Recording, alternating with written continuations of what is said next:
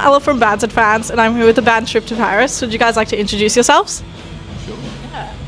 I'm Paris. I play bass and sing. I'm Jordan. I play guitar and sing occasionally. I'm Cole. I play drums and I don't sing at all. So when did the band get together? How did you guys start?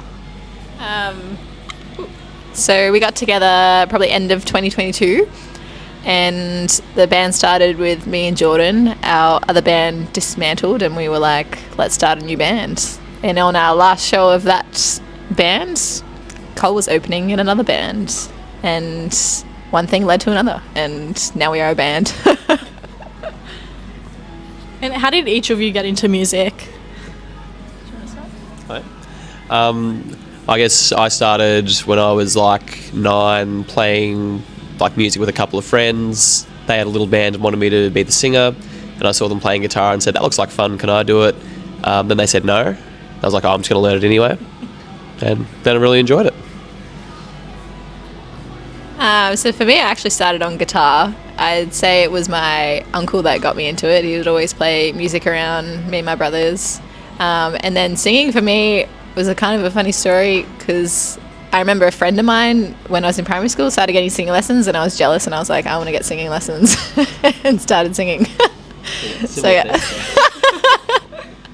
But yeah, here we are now. For me, I think the first thing musical I ever did was rhythm games. So the very first rhythm game I ever played was Dance Dance Revolution Mario Mix on the GameCube. It's actually a really good game. Really, really good game. But that was like my introduction to like anything like rhythm based. And then kind of growing up, got into Guitar Hero, and then kind of like formed my musical taste. And then in year 8, I think it was, I had music class, and I kind of like started playing the drums in there, and had to convince my mum to get a drum kit, which isn't very easy. And luckily my music teacher, we had like parent-teacher interviews, and my mum asked him, hey, do you reckon Cole should play the drums? And he was like, yeah, he actually has a lot of natural rhythm. And so I was like, yes! So yeah, that's kind of my story anyway. What's the story behind the band name? Where did that come from? Jordan should say this. Yeah, I guess we get a lot of people say, oh, you guys must really like Paris and France and stuff. But it actually came from Paris's name is Paris, and my last name's Tripodi, and my nickname's Trip. And I was out for dinner with my mates one night, and I let them know that we were starting a band. And then one of them had a few drinks and was sort of looking at me and was like, oh, Trip, Paris? Why don't you call him Trip to Paris? We're like, oh, that's a good idea. And that's where it came from. These two liked it. Well, Cole didn't have a choice in it. What's your creative process like? I feel like it's sort of different every time we write a song. Like, we're very collaborative when it comes to songwriting. Sometimes I'll come in with the lyrics of a chorus or a melody of something, or Jordan will come in with a riff, or Cole will come in with a beat, and we kind of just go off that. I feel like we rarely come with a fully finished song, and I feel like I kind of like that, because then we all sort of have our input in the final product. But yeah, I'd say that's probably, I don't know if you guys have anything to add. You guys have 2 songs out, Fake Friends and Nonsense. Can you guys tell us a little bit about them and how they came to be? Well, Nonsense, that was the second song we released, but that was probably the first song that Paris and I wrote together, just from having a few jamming sessions. I think we just were feeling a bit angsty about our old band ending, so the songs had some themes around that. But yeah, it was good. It was good fun to get back into it. Yeah, Fake Friends was our first single, and for me, the lyrics sort of came out after I was having a conversation with Jordan about a friendship that was a bit turmoil at the moment for me, and after we were talking, I wrote the chorus, and from that the rest of the song shaped. But yeah, I think we're really proud of the songs that we have out now, and excited for future releases. What's been your best and worst show by far, and why? I reckon the best show was probably the Yaya show. I'd say that was our last. That was our launch for Nonsense, and yeah, it was just a great energy. It was a great turnout, and we just had a lot of fun. Worst show? Can anyone think of one? What do you think?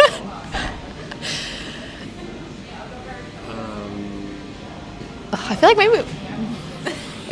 I don't know about worst show, but our very first show ever. So initially we were meant to play at the Gasso upstairs as our first show, but then somebody messaged us asking to play at the Bergie.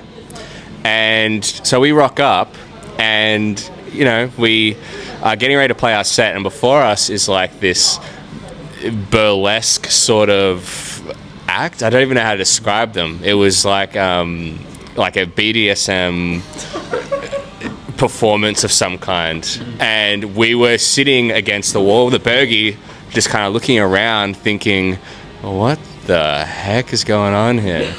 And then we just got up and did our set. It was the first time I ever played. Paris's partner Liam was really drunk, was just yelling our band name the entire time. He hasn't done it since, and we're kind of disappointed, but I think that was a show that we'll definitely always remember. Yeah, that's definitely something. I think that's like the first time I've ever heard anything like that. That is so weird. Do you guys have any pre-gig rituals? Like, how do you prepare coming up to shows? You can have the mic next, Jordan. I've got the mic now.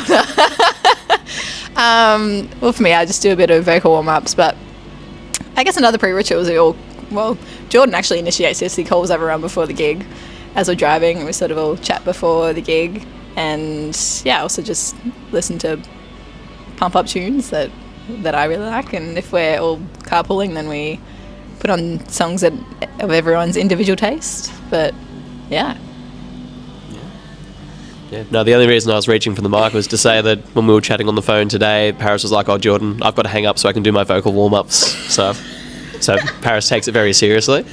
Yeah, that is pretty much it. I think during the day, if I get a chance, I like to usually restring the guitar, maybe play the set through if I've got time as well, just to get everything pretty warmed up, and yeah, really like to go into the gig not having touched the guitar throughout the day, or have at least played a few of the songs. I don't really have any rituals to get warmed up or anything. I probably should warm up because I feel like I'd be a lot less rusty as I get back onto the kit, because there's definitely a sort of warming up once you start going. But yeah, I don't think I do anything special. I think it also depends on the gig. Like, if it's kind of like a big gig, then maybe I'll get something to drink or something like that, but I don't usually. Yeah, there's no method to the madness. I'm just insane. Yeah. Any up and coming bands you guys would recommend? It's Get Jaxed. They've got a really great sound. We've really enjoyed playing with them, and I've loved listening to all the stuff they've released. Yeah. Any suggestions? Yeah, shout outs to Bacco, the other band that I'm in. Mutual Friends of Former Lovers are great. Astrogate are amazing. Who else off the top of my head? That's everyone that I can really think of. I'd have to shout out Honeymoon Phase. They're one of my faves.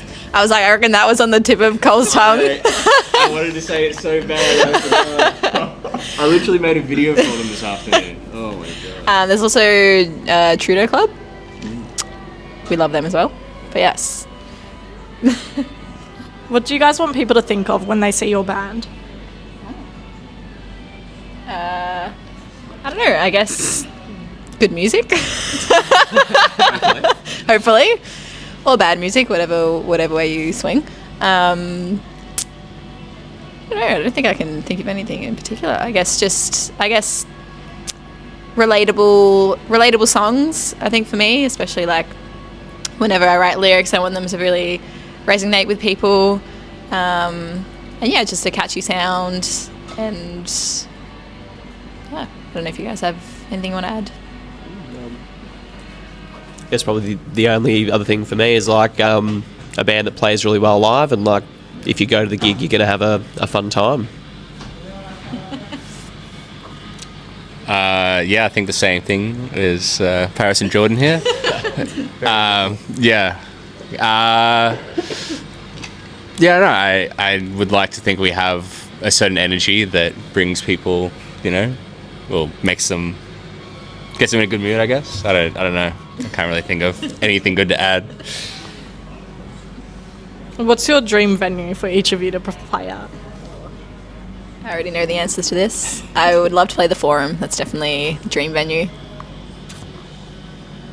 Yeah, Forum or Rod Laver would be pretty sick. Playing something that size. I'm nowhere near as big as Paris or Jordan. I would love to play the Corner, to be fair. I don't know why. The Corner is just, I don't know. I feel like I would really feel like, holy crap, we are at the Corner Hotel. No. Other than that, I mean, if I had to go, nuclear, maybe like Madison Square Garden. That'd be kind of insane. But I don't know about that. Not as big, but just Yeah.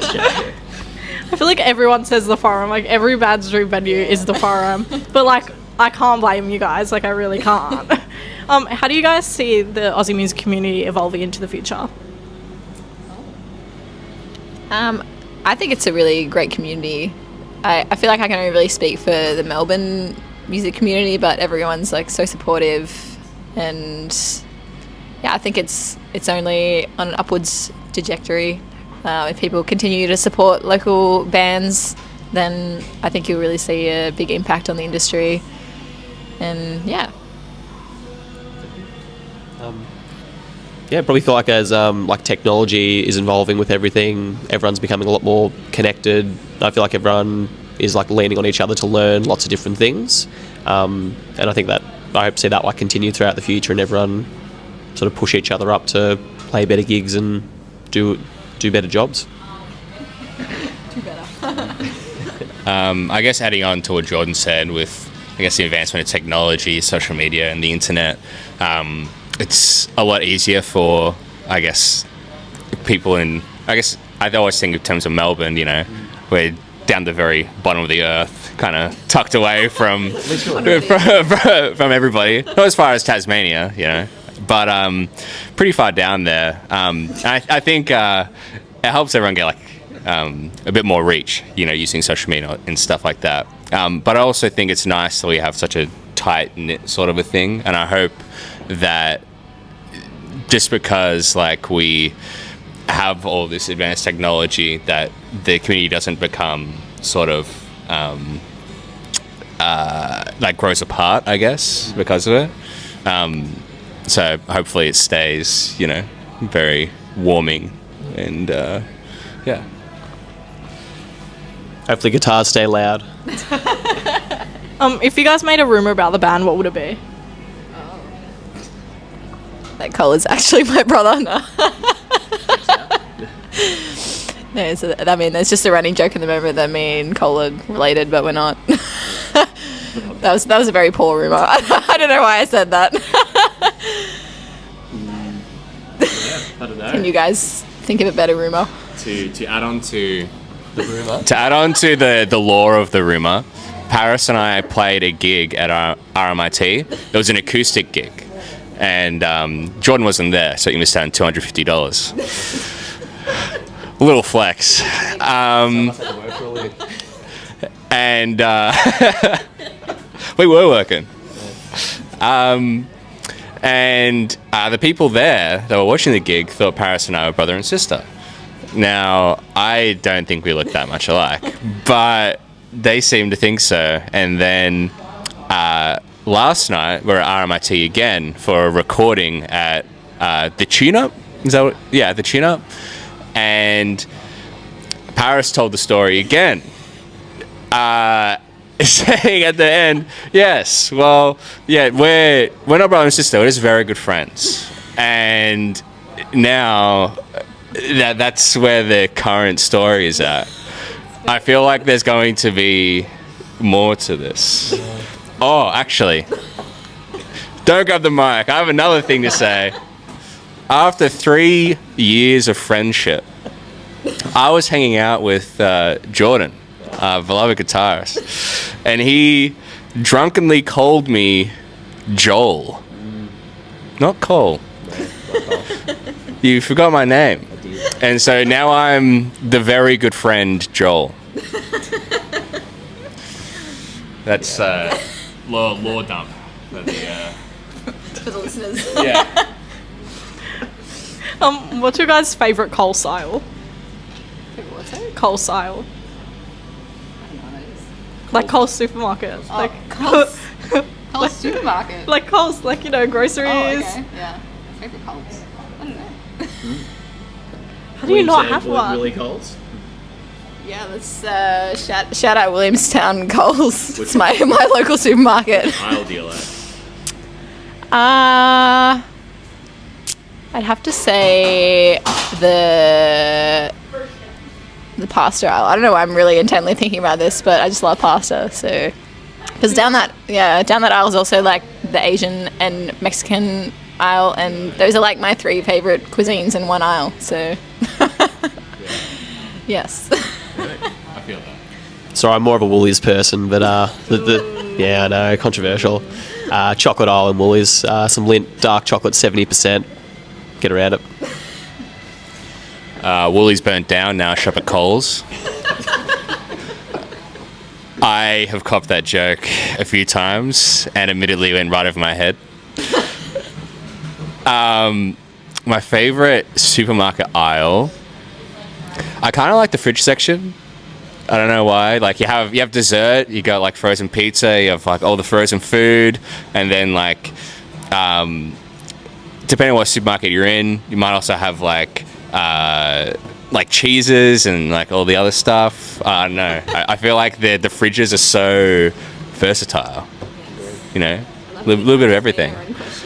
Our favorite aisle is. Yeah. You guys have a new single coming out soon. Can we get some info on that? Yes, so you heard it here first. Our next single out is Imposter Syndrome. Woo! It'll be coming out in June, and we have our launch show at the Tote on the 20th, and then we'll be going on tour, our first tour. We're very excited. It's, I guess, a regional tour, you'd call it. We're hitting up Colac, Geelong, Bendigo, and a place near Castlemaine that I've now forgotten the name of. But Imposter, we're very proud of this song. I think it's definitely our favourite song that we play live, and it's it's a special song for me in particular, because when I was writing lyrics for it, I obviously felt a lot of imposter syndrome, but it was sort of around my career and not really feeling like I knew what I was doing. But yeah, at the end of the day, everyone's just faking it till they make it, and I think that a lot of people resonate with that. And yeah. And last question, anything to promote or shout out or say to anyone watching? Well, you just shouted out the song, but you know. Oh, shout outs. Do you guys have any shout outs? Hi, Mum. Cole's got nothing. That's the big one. Yeah, shout out to all our fans out there listening, but especially our mum and dads for getting us into music, I guess. But yeah, shout out to Ella for having us on the podcast.